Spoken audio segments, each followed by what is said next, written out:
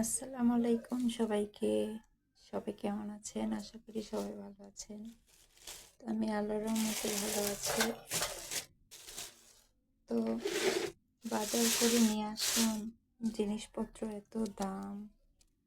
আসলে আমাদের মতো মধ্যবিত্ত মানুষের জন্য আসলে অনেক কষ্টের। তো এখানে 1 কেজি ছোট ইলিশ বা জাটকা যাই বলা হয়, এটা 220 টাকা কেজি নিচ্ছে। এখানে 1 কেজি আনছি। আর চিংড়ি মাছ, ছোট চিংড়ি 100 টাকার এখানে।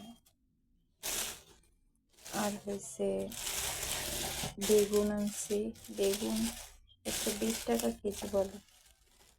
আধা কেজি বেগুন, 20 টাকার কাঁচামরিচ। এখানে সর্বমোট 500 টাকার বাজার।